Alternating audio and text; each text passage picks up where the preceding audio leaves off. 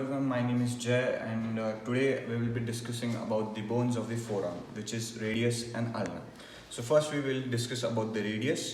So this is the side determination of the radius. This is how a radius should be. So a radius has its surface on the top of the head of the radius. It is covered by hyaline cartilage. It attaches to the condyle of the humerus bone.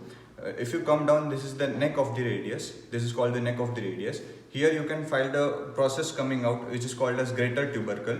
This is the greater tubercle of radius, and from this you can see a line going through this to the styloid process of the radius.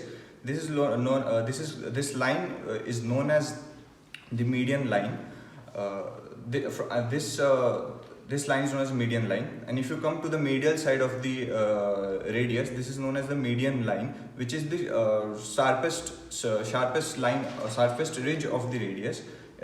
From this line, the interosseous membranes connect to the ulna, and if you come downside of the radius to the distal part of the radius, you will see there is an process here. This process is called a styloid process.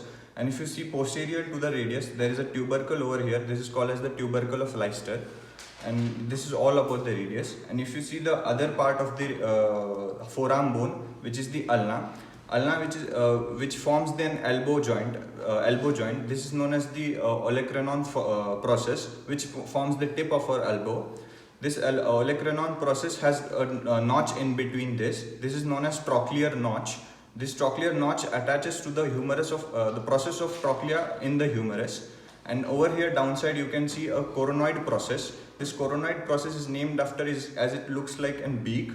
Downside here you can see there is an space over here which attaches to the head of the radius, or known as the head of the radius. This is known as radial notch.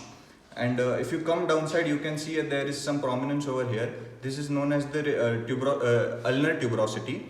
And if you come to the distal side, there is another process called as styloid process. That's it. Thank you guys.